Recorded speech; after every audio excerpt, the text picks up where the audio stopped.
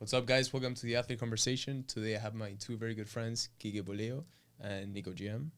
So, Kike, tell me a little bit more about yourself. Where are you from? Where did you play? Yeah, so I was born in Caracas, Venezuela. Lived there for 10 years, and they were some pretty formative years for me, honestly. Growing up there, like just the South American culture, soccer culture, is pretty big there, even though we don't perform like you guys, like the Argentinians in the room. But it's still pretty big, and like I said, it was pretty formative, some formative years. It was influential on my development. Moved to Miami 10 years later, and bounced around some teams here. Probably the most important teams I played for were back then West Pines United, which is I guess now run in Miramar United. The West Pines days, I will say, were some good-ass teams. I also played for West Pines Actually, for 2 years. Yeah, and you know Richard? You guys know Correct. Richard? Yeah, that was he my was my coach. high school coach. Shout out to Richard, by the way. He I had him Richard for Johnson. 1 year. Actually, like a few months, but yeah. How old Legend. were you? I was 11, 12. 11, 12. But yeah, the West Pines teams in that era were amazing. Some big talent down there, or up there. I bet. And you were a couple of years. How old are you now? I'm 26. You're 26, Nico 22. 22, so yeah, Going back to 23, but yeah. probably four years older. I think we actually overlapped a couple years in West Pines, but No, yeah, I mean, and then Kendall Academy Kendall Academy, okay. is essentially where I last played before going to college. Where did you go to college? Played college at UCLA all 4 years. It's a big school, big soccer school. Big school, great teams, great talent. I must say, don't regret any of that. Had a great experience, even though we probably didn't perform the way we should have. We might get into that later. Yeah. And then now I'm in law school, Duke Law, in my first year, and just living life. Yeah, and here back in Miami for the podcast. Back in Miami just for the podcast. Just for the podcast. He flew in and now in the private. No, I'm playing. I'm visiting family here in Miami, but back. We always make time for Conrado's podcast, the Athlete Network or Athlete Conversation. Shout out. And we'll get deeper into how UCLA was. I actually have a lot of questions about that. But now, Nico, tell us a little bit about yourself. Yeah, well, to begin, I just had a huge little trip down memory lane listening to Kike's story. I remember the West Pines days. You actually went to West Pines before I did, I think, right? I think I went after you. Or maybe after. I don't know. I went when I was like 14. But yeah. You would have been, 10? So. Yeah, it was a good time. When you went to Kendall, did you go to Western, like kind of like at the same time? Or how did that happen? You know what I mean? No, I went to to Kendall my junior year of high school. Okay. And we were freshmen, no? We were, when he was a senior, we were freshmen. We were freshmen. Yeah. Okay. All so right. you guys linked up there, and then?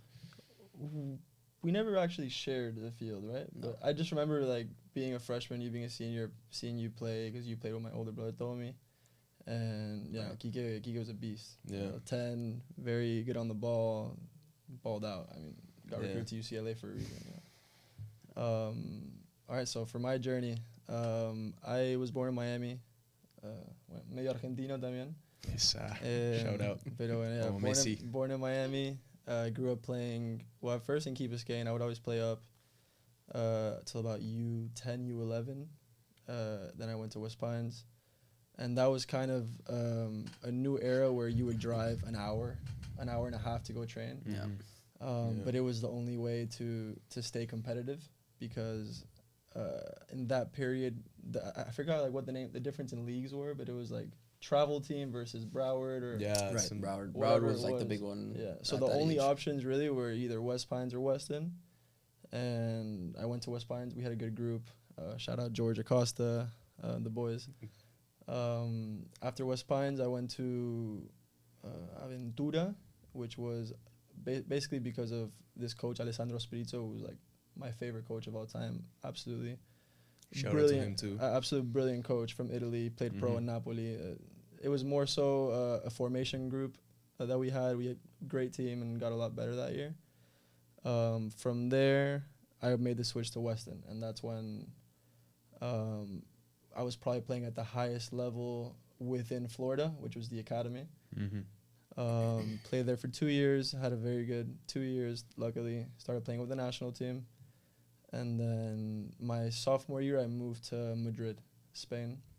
Played 2 years there, my sophomore and junior years of high school, for Atletico de Madrid, which was honestly a crazy experience. I think we'll get into more of the logistics later, but I have a lot to say on that experience, of course. From there, my junior year in Madrid, I got a call to play college ball, which I honestly wasn't even thinking about. Because you wanted to go pro 100%. No, at that time.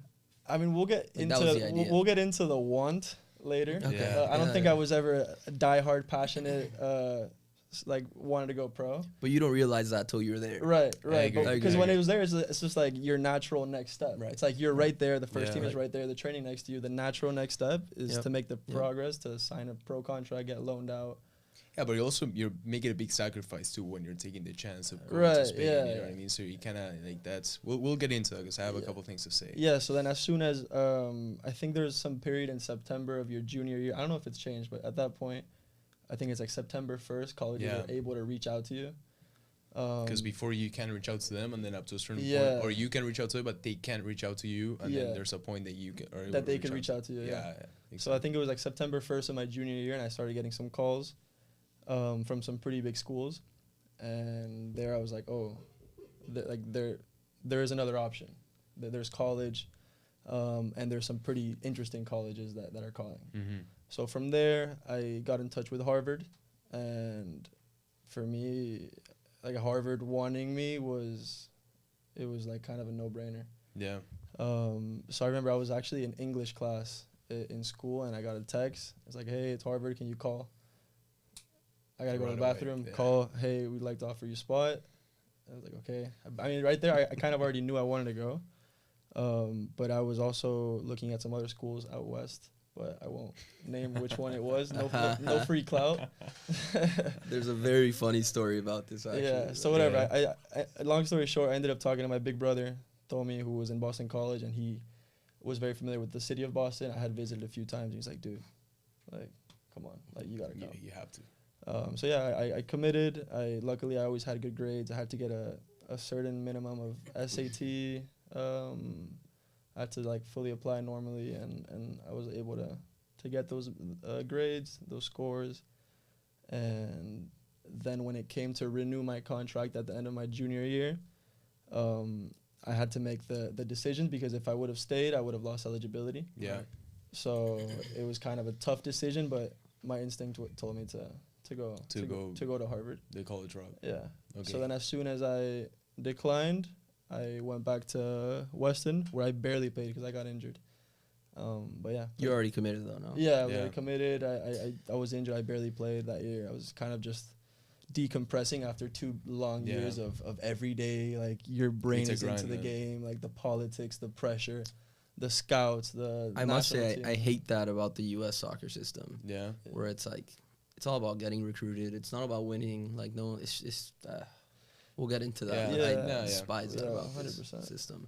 But I feel like if like going to Atletico de Madrid, that's such an unheard of story, especially coming from the U.S., right? Like a native born from Argentina, but lived most of his life in the U.S.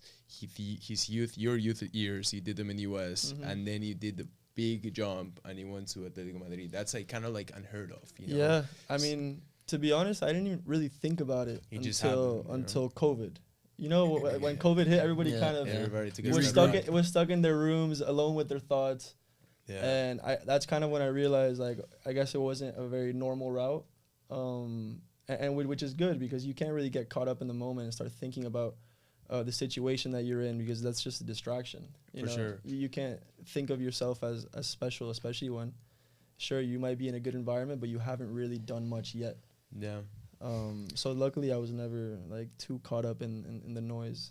So did you have something that you were striving forward that made you stay focused and keep that mindset? You know, because it's easy to get caught up in the moment when you don't really have anything that you're looking forward to do. You know what I mean? In your case now is becoming a lawyer. Right.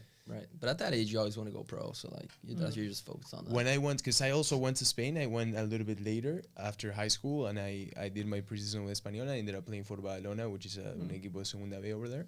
And when I went, dude, it was all business for me, right? I was 18, but I felt old, even though looking back, crazy. I was a kid, but I was 18 and I felt old. I felt like it was a massive risk that I took not going to college because I had already committed to Fordham, but I chose to go to Spain. And when I went there, it was all business, man. Like I was barely going to school. I was just taking a couple classes every day, soccer. And it takes a mental toll, man. You know, it's honestly a different sport. It's a different I'd sport. even argue. Like here you play soccer, there you play football. It's like the typical quote, but it's 100% true. Like when you're playing in Europe, you're dealing with the agents, talking with the coaches. You're dealing with players that have to put food on the table for their family. So if you don't pass them the ball, they'll come get in your face after training.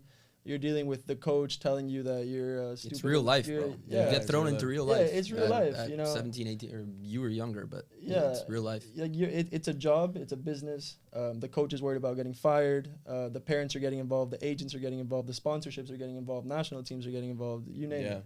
It's a whole mess. That's why I definitely lived a different college soccer experience because for me, I kind of viewed my retirement the minute that I went back to the U.S. So I looked at college soccer as I'm gonna enjoy the sport for the last 4 years, whereas most people are like trying to make the jump to the MLS or make the jump to the USL, you name it, and they're stressed in college. I've had countless examples where teammates are stressed because they're not playing. It's like, dude, you're not worried about a contract. You're not worried about putting food on the table for your family. You're in a great college. Yeah, just chill. Yeah, and I bet going to school such as like an Ivy League, it changes the mindset a little bit, right? But definitely, that's a beauty. That's what I think the beauty is about it. Yes, there's always criticisms and positives and negatives in everything, especially in the college system, and soccer is still growing here. But I think that's one of the at least that's what I realized when I was in Spain. The beauty about the college system, college athletics, is that I can still play soccer and get a good education towards my future, right? So I remember very clearly, because the time to make a decision comes to all of us, right? And for me was at the end of the season, I had to choose, okay, do I keep on playing here in a tercera, over there's primera, segunda B, tercera. So tercera is like fourth division.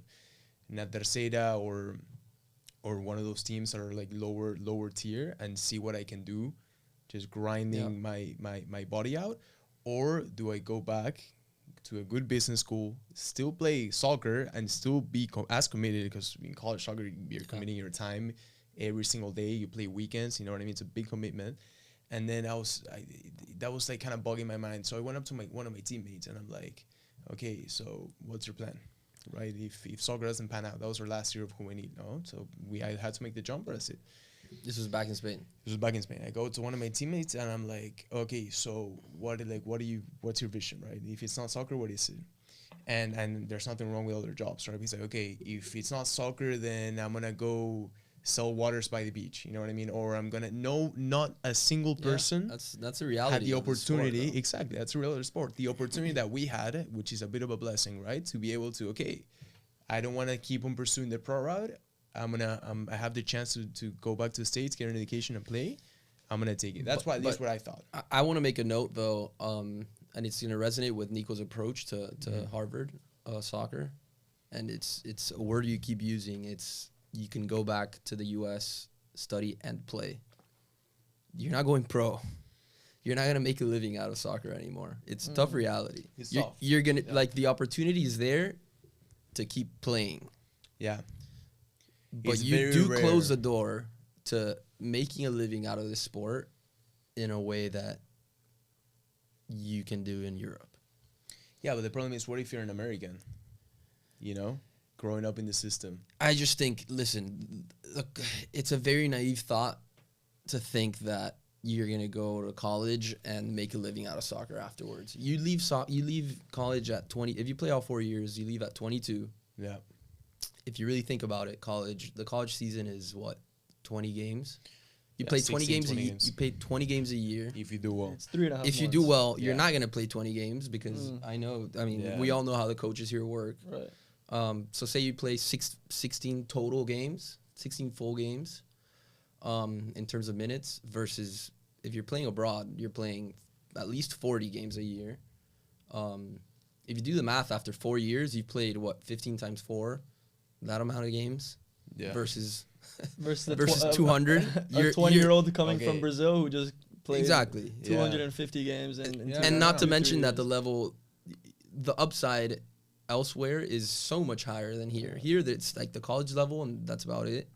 There, if you're performing, you keep getting better, and you keep getting more talent, and you keep getting more experiences, and you keep playing at a higher level. It's impossible. You can't catch up later. You can't catch up at 22. Doubt. No one's going to take a risk on a 23-year-old that has never played professionally versus someone that's been doing it at 17, 18. And I think something super important to add there, which obviously messes up the U.S. system and it produces players of less quality, is that when you do play these 16-game seasons, it gets cut by the winner, and then the spring is basically non-existent. Nothing. You lift, maybe you play 3 or 4 scrimmages. Yeah. But the reality of a soccer season, or football, whatever you want to call it, is that you're a different player in week 2, week 3 versus week 37.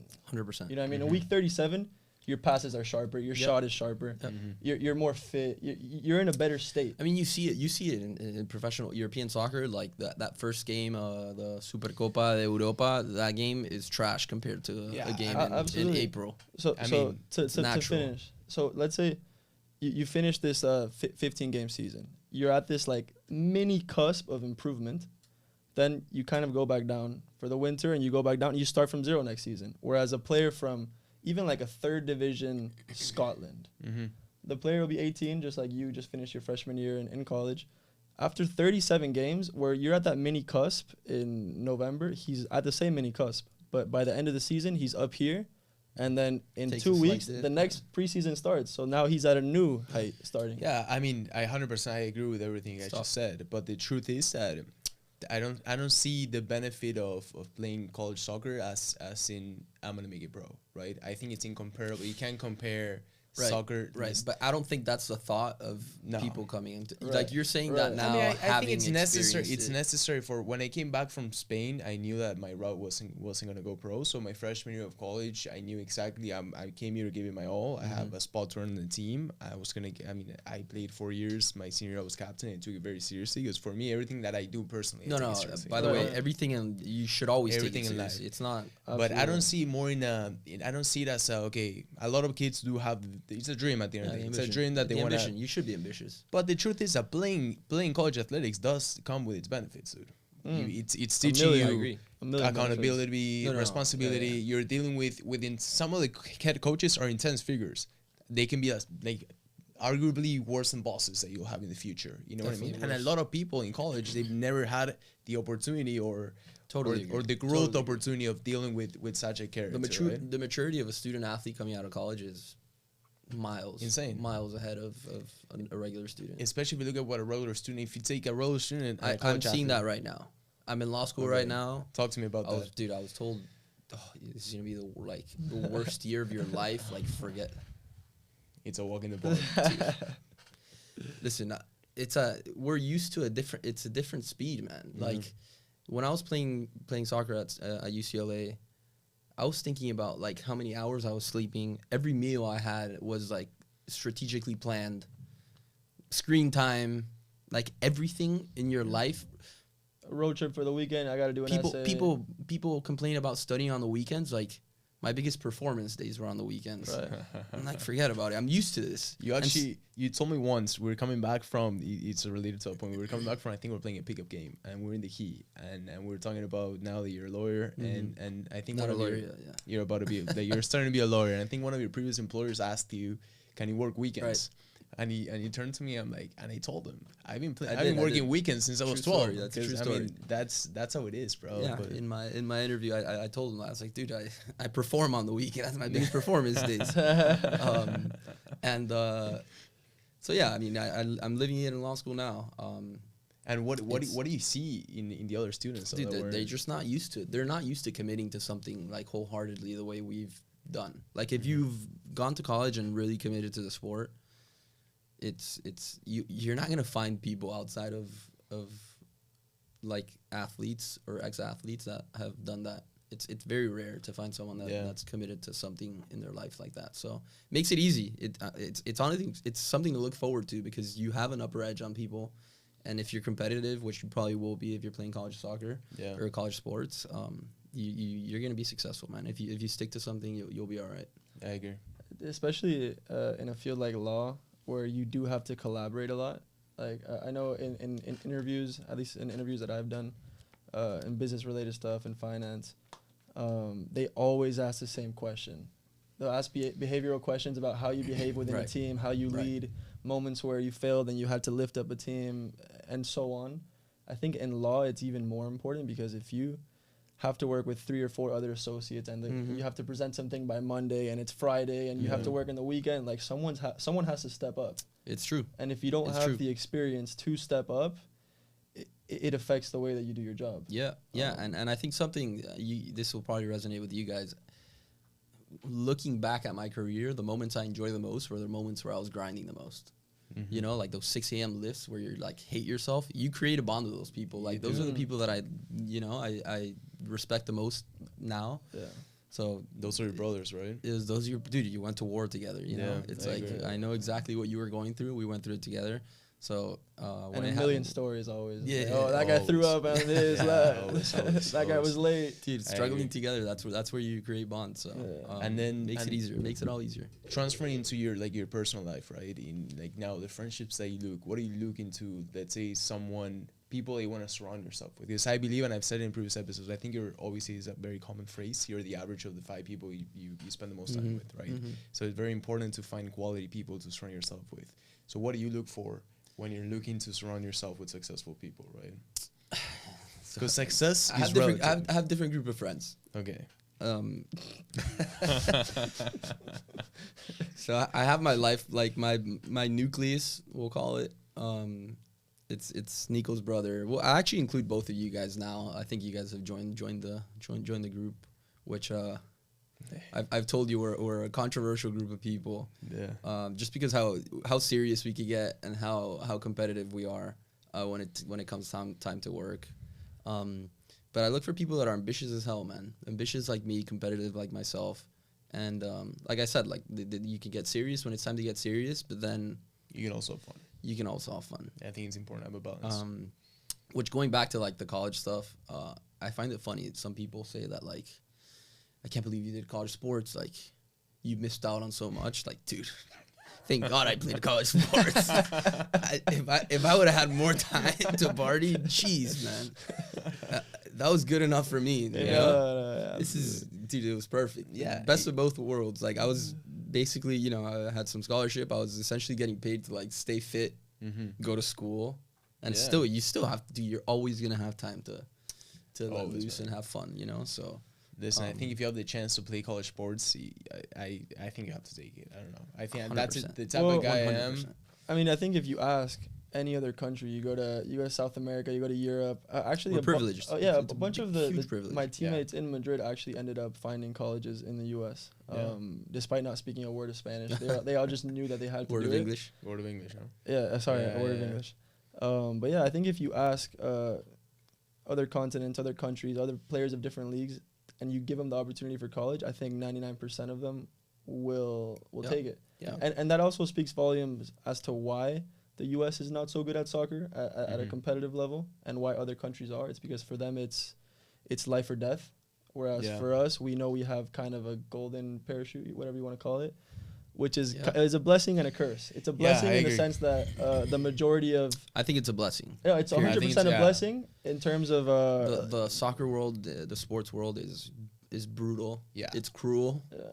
It's very tough to make it until so it's a blessing. I think for most people, it's a blessing. The chances that any of us were gonna make a living out of playing soccer and not have to work afterwards were zero. Of course, but I mean, like you said, I see the point that you're making. Everything, there's a positive, and for anything that's equally positive, something that's equally negative, right? So there is a trade-off, right? But I think I also 100% think it's a blessing, because the truth is that all these players they want to come to the U.S. because they play the sport that they love, but not only that, they also have the chance to get the scholarship and be able to provide for their future. You know what I mean? Versus, yes, most of the athletes the ones that don't have anything to lose, they don't have anything to lose. So it's either that or the streets. You know what I mean? But only the 0.000% make it. So then all the other ones that also didn't have anything else to lose, they ended up staying on the streets because they didn't make it, right? Instead, with college athletics, with college soccer, in this case that we're talking about soccer, the ones that don't make it pro still have the golden parachute, which is a blessing in my view, right? But yeah, obviously it does take a toll in the level of the sport in the US. So I see how that could be possible, right?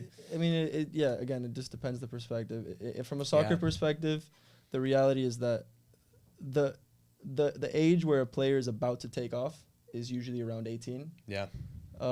So while players in Europe or in South America are about to sign a professional contract, Americans decide on college. So what happens is, for the next 4 years, a pool of 500,000, a million people get wasted in a way, whereas other countries have their top talents signing amazing contracts and they're flourishing.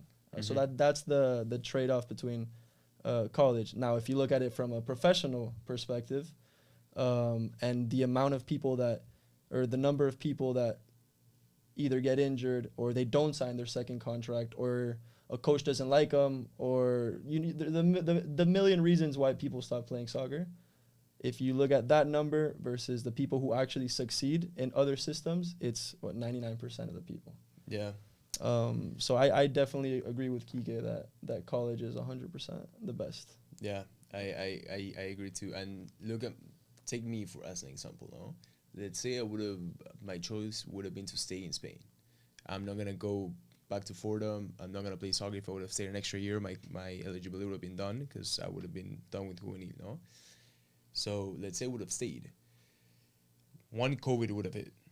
But before COVID hitting, which was rough for everyone in the world, before COVID would have hit, I got injured, but I found out that I was injured when I came back to the States.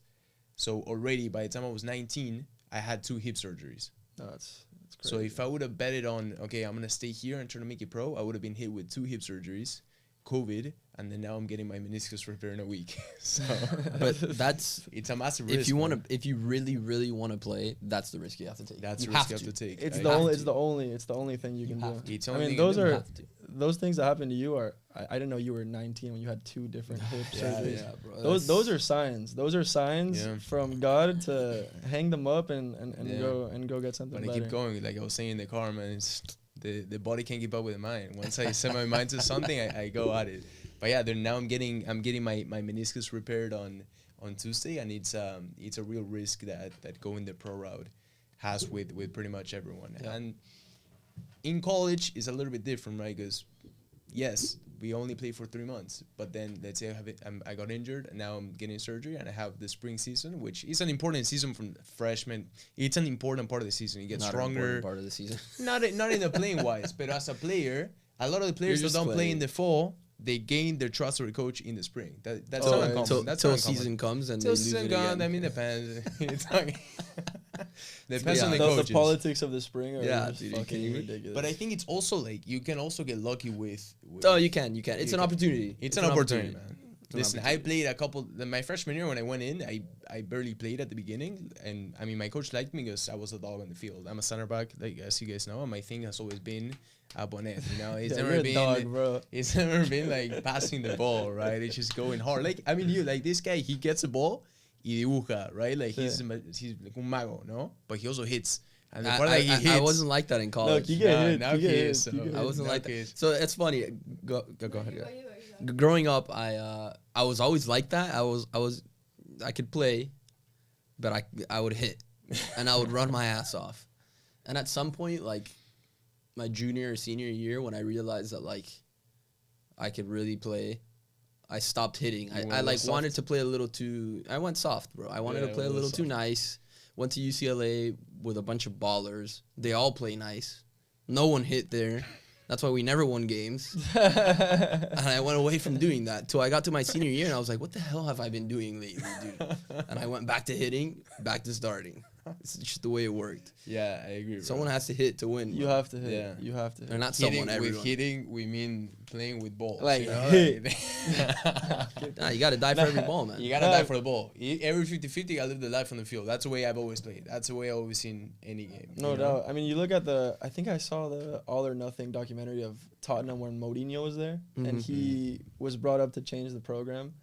And the first person that he brings into his office was Eric Dier, or Dyer, and beast. He wasn't playing in that. He wasn't playing in that year or the year before, and these other two center backs were playing. And Mourinho brings him into the office like, "You're gonna be my starter every single game." He's like, "Why, coach? I haven't been playing. I haven't been a starter because you're the only one on this team that actually hits. And if we need to change the culture, we need to have some sort of intimidation factor when we play these other teams." Yeah, right? yeah, I agree. And I had kind of mentioned this like on our way here. My experience at UCLA was such a California experience, bro. It was. I love he says, "Bruh." It was too pretty, man. It was all like, "Oh, we're better," you know. Like, you think that was the mentality of the team? 100%. We were so damn talented, and every time we went on the field, it was like we're just gonna outsmart these other guys, and we got outworked every single game. That's the thing about college. And you lose that's that. college, and you man. lose that. And then, like I said, you know, towards my senior year, when I was like sort of looking back at my college career, what went right, what went wrong, I started thinking about like my days in West Pines, my days in Kendall. Our teams would always get so excited when we had to play like an LA Galaxy, like a DC United. It'd be like, dude, these pretty boys are gonna come like with their uniforms, and we're gonna kick the shit out of them, and we would always win those games. It's because of that. It's so naive to go into a game thinking like I'm just so much better than you that I'm not even gonna have to work as hard. Like, you gotta kill yourself on the field. That sort of mentality at UCLA was not there, and that's what was missing for us. I think that all started with the 2008-2009 Barca team. 100%. Everyone tries to play like that. Yeah, now, it's and like it sucks. All of a sudden it was 2009, 2010, and all these small, skinny kids, obviously Iniesta, Xavi, legends of the game, but nobody else can play like them. Yeah. So I remember. Actually, I have a different opinion on that. Yeah. So basically, I remember all these film sessions and like ID2 national. They would always put tapes of the Barcelona team. It's like, sure, you could try to imitate the Barcelona team, the guys that have been playing for the past 10 years in La Masia, or you could actually try to work with what you have, similar to how Real Madrid has had so much success in the past 3-4 years. They have Casemiro, someone who hits, and they have Kroos, who can keep the ball, Modric defends. But they would never try to imitate some, like, utopian football that only worked with a very select group of people. By the way, it's more of an ideal rather than a way of playing. I mean, if you it's a utopia. It's the way the game I think should be played. But there's something that people forget about that Barca team. Like, Pep has been to Bayern, he's been at City, hasn't had the success he had at Barca. And there's one reason. And by the way, he's had the players. Oh, he's spent millions and millions of dollars. Messi bailed him out all the time at Barca. That Barca was very center of Messi. I would agree because with that. They would have possession 80% of the game, and they wouldn't score until Messi bailed them out. I mean, Messi, you take 3 guys on, and you win the game. He hasn't had that at Bayern. He hasn't had that at City, and that's why he hasn't been that successful, I think. So I think that system is incredible, very enjoyable to watch, but you gotta have someone that bails you out at some point, and Messi would go against the system. It's not part of the system to take 3 guys on. No. And so I think coaches, especially in the U.S., take it a little bit too seriously, like trying to play out of the bag, and you lose games. That happened to me at UCLA, especially in college, where every game is like live or die. Because if you lose one game, you might not make the tournament. You lose your conference. So every game, you have to go. You have to go. You have to play long. Which sucks as a player because you're just running, you're pressuring, you're heading the ball. You're not actually playing, but you'll listen to the coach of the other team or even your own coach, like, smoke the ball into the channels, play the diagonal, win the second ball. Whenever there's a corner, you have to defend your life off or attack your life off. That was Stanford in college. You need a result because one game can change your whole season. But to be fair, like I kind of like that about obviously looking at it from a soccer perspective. No. But as a mentality perspective, I like that about college soccer. But it's like, go in and die. Just go in and die, bro.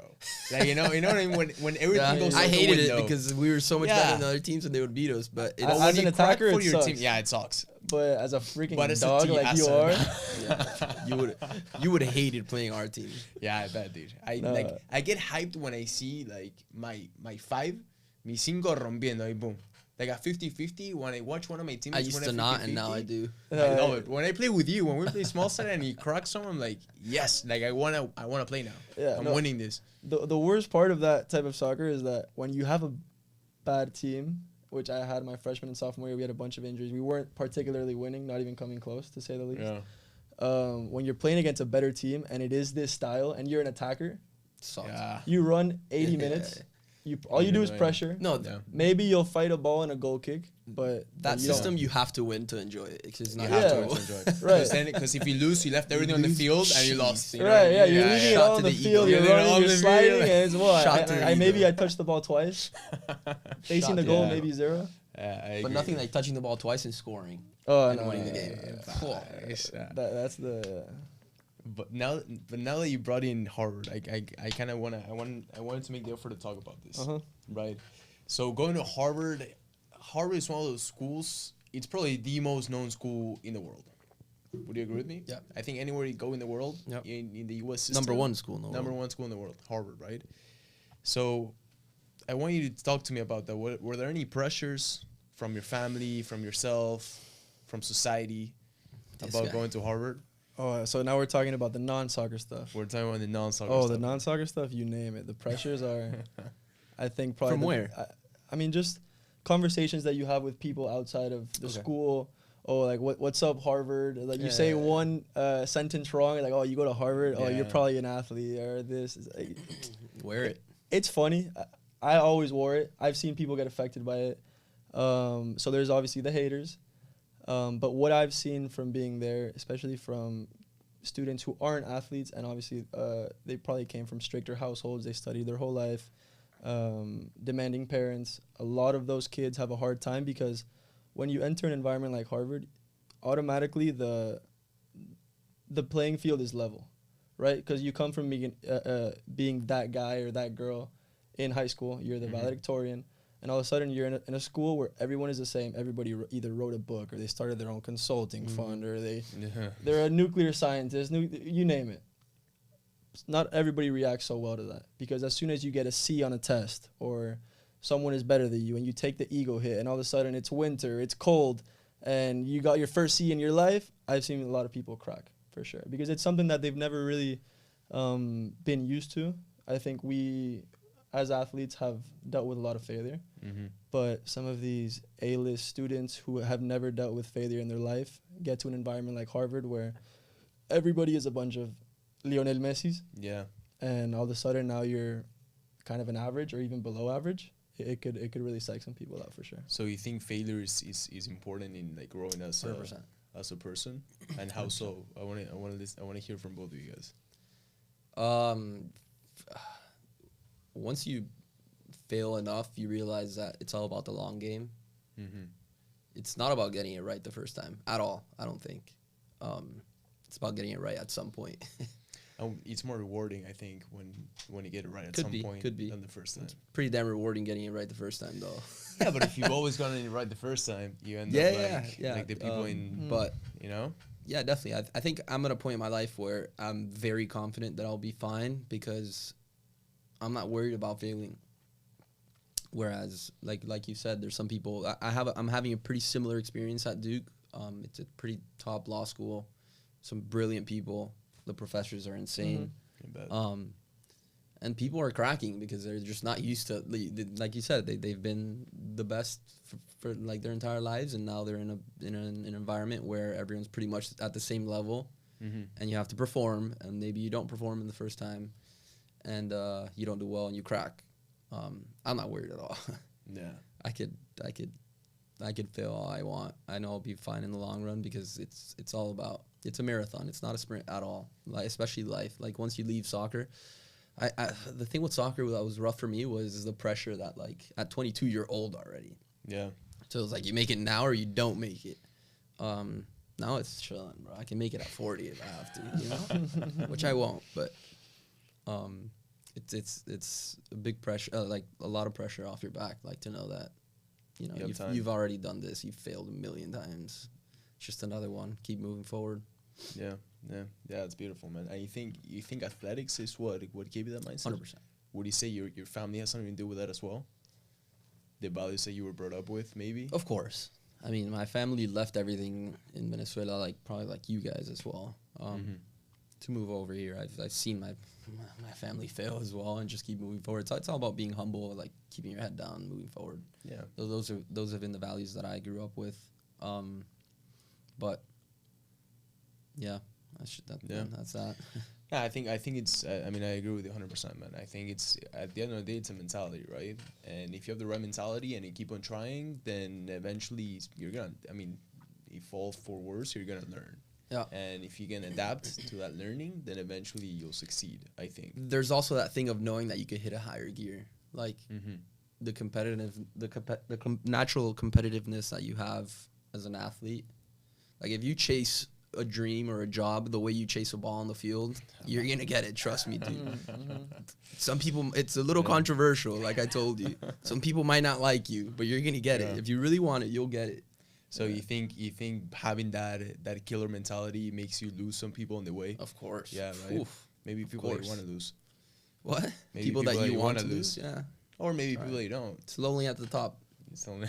I mean, I think you always have to kind of find I read this book by Matthew McConaughey, Green Lights. Yeah. Great book. You read that book? Great book. You guys both read it? I read part of it, yes. Yeah, so I think, if I remember properly, there's one point where he says to find more green lights, sometimes you have to be able to find more red lights.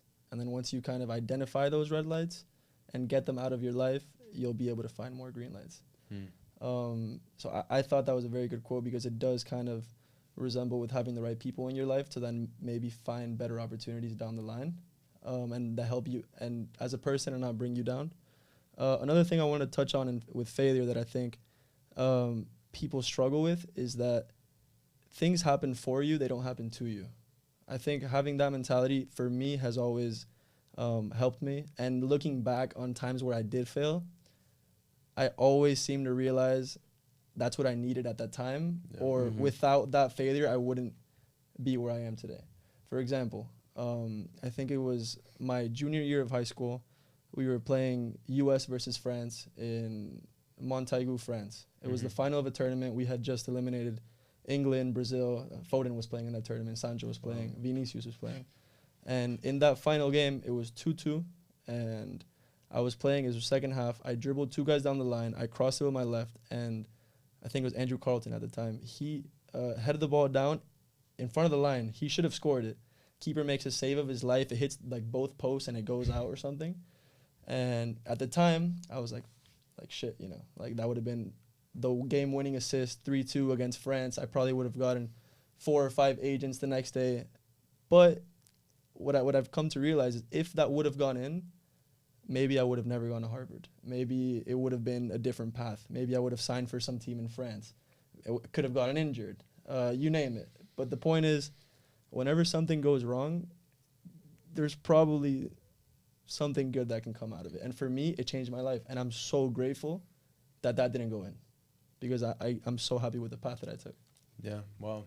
I mean, that's I think having I 100% agree with that, by the way. But I think having the mindset of seeing opportunity is key. Because what that said to me was you see opportunity whenever something doesn't go the way that you think it should have went. You know what I mean? And a lot of people, and I know I know people like this, right?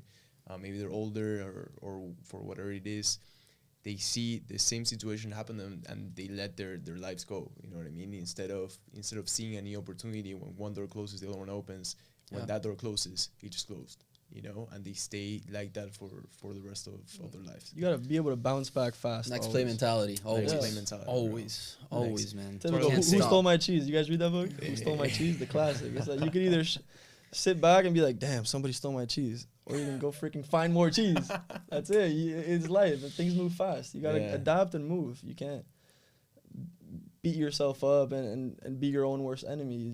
You got to be a little self-cheerleader, you know? And you got to have speed. I tell my girlfriend speed and next. Whenever something goes for Shout next. Shout out. She's been there, eh? But I always say it, man, like next. You know, something happens. Boom, boom, boom, we dealt with it. Yeah, sure. Some emotional backlash or whatever. Sure. Whatever that means.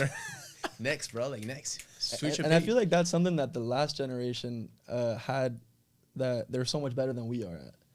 You know, before there was no social media. Now everybody cares so much about what people think about them. Or they don't want to fail because everybody's gonna know they failed. Or they're gonna look at their Instagram and they're not at the same status that they were before. Whereas before, no one was looking. So if you failed, they got on to the next. You know, go find a new job. Go find a new girlfriend. Go move if you have to move. Now everyone is so in a bubble and they're scared to fail because what it means socially. It's like, dude. I love it. Right? Makes it easier for us. Yeah. Makes it easier for people like, who know just to chill. Fail. It makes it easier for people who are willing to fail, bro, and keep moving, man. I agree. I mean, even starting this podcast, I was like, yo, I want to start a podcast. I want to talk to athletes. I want to get. This is the reason right here why I started this podcast. Like these conversations and getting in the mind of my friends. I mean, you guys are one of my best friends. This is kind of what we talk about behind the scenes always. We talk about that, and I saw this, and I'm like, we have to get this on camera, man. Like, I love having this conversation. Like, if I was a viewer, I'd be listening to this type of conversations, you know? Shout out viewers. Shout out viewers. Shout out viewers, the Athlete Conversation. Veluto Verde, by the way. Best podcast in the U.S. For athletes, For athletes. For athletes. But dude, this is not for civilians. No, we can. You guys can learn from us as well, like her. Like we have the shorties. Non-athletes can learn from us. Bebecita had a question earlier, and you never asked it. You got. You kind of answered it. I was gonna say I've heard some legendary stories about you, Kike. Jeez. When you were talking about like. About what? All right. Kicking or like hitting. Like hitting. I was gonna say, do you guys have like any memorable stories or like favorite moments from? Oh. She's asking. I don't know if the microphone can get it. If we have any memorable stories of Kike Poleo kicking. Oh no, I was gonna say it. Or Nico or myself. Nico. I have a couple. Wait, kicking like putting or putting, you know, huevo, going hard, you know, fighting for each other. I have a couple, honestly. I can go first. Go ahead. I was gonna give my welcome to the league moment at UCLA when I got hit, but go. Yeah, I kind of want to hear that one too. But I have one that involves both of us. We were playing small-sided. We were playing small-sided once upon a time. Actually, we have one that involves all of us, but I'm gonna say the one with Veluto.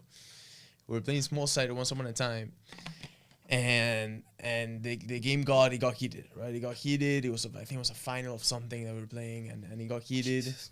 Going hard, we're just hitting each other 50-50. One of those games, right? The ref wasn't calling anything, and this one play, this guy falls me from the back because I was playing up top. He falls me from the back. I fall, and when I'm in the ground, he kicks my face, right? So he he kicks my face, and I always say I kind of lost a little bit, so I grabbed him, and I see their teammates like all like getting together, and then in the center of my eye I see mi número 10, my number 10, sprinting across the field, and he ended up stopping the situation. But those things, dude, like when something happens to you and you turn and you have someone like one of your teammates running to give everything back you up. You have to, bro. I love that, man. That's why I play, bro. And the opposite effect is also true. When you do get hit and nobody has your back, it's equally as damaging. It's like, yeah, I take notes for that, dude. Yeah, exactly. Yeah. That's what it feels like, bro. It's like my brother. No matter what it is, you might be wrong, you might be right, and you might get your ass kicked too. But you have to get your ass kicked with your brother. You have to, bro. Gotta die together. Because if you don't show up and he does get his ass kicked,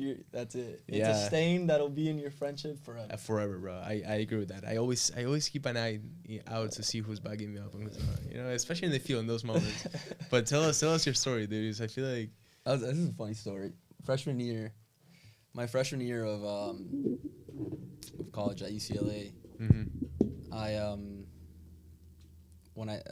at first you get there and it's like it's different speed, different level. It took me a little while to like get going, but like different fitness, mostly. 100%. But maybe like 3 weeks into the preseason, I was finally like, all right, like time to start playing. Yeah. And I started bawling. And we had our right back was a senior. I still hate you, by the way. And I started cooking him. I was playing auto on the left. Low key, I feel that though. There's always that one guy or two guys like, fuck you. Started cooking him. Can we curse, by the way? Yeah, I think we're allowed to. Yeah, two per. Dude, I was playing out of my mind. Like, I have to be honest. We were playing a scrimmage. and he got subbed out of the start. I was on like the bench team. He got subbed out of the bench of the starting team because I was just destroying him. And they put in the right back, kind of cooked him to. They put him back in, and I get a ball. We played like a short corner, and I stopped the ball, and I'm waiting for him to come at me, and he just sprinted at me, lowered his shoulder, broke my collarbone. Oof. Done for the season. Oof. Yeah, so that was my like welcome to the league moment of like, listen, like this is people's livelihoods you're playing with. Soccer for me was like an experience. Like I just played it because I enjoyed it. This guy had like a contract lined up. I was gonna fuck up his life if I sat him that year. And so that was my welcome to the league moment at UCLA. How long were you out for? I was out for like 4 weeks and struggling to get back into the starting lineup as a freshman. No, I mean, you get an injury in college, it's the worst. It's basically you're out for the season. Done. Yeah.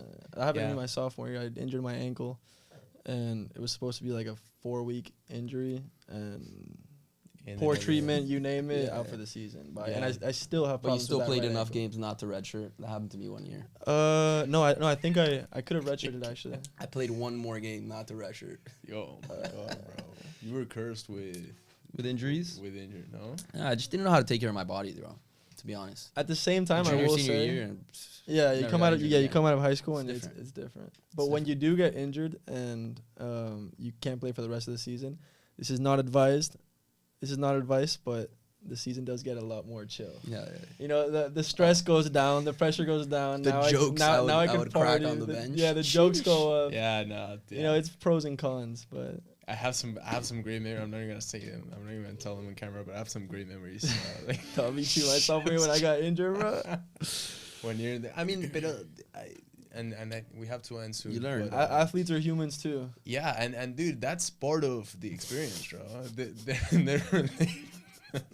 The relationships that you build with your teammates, like that's what I'm gonna hold. Like that's what I'm thinking about, and that makes me play harder on the field, and that makes my teammate play harder on the field as well, right? And to make a final point, I think it's for those who are looking to come into the US, right?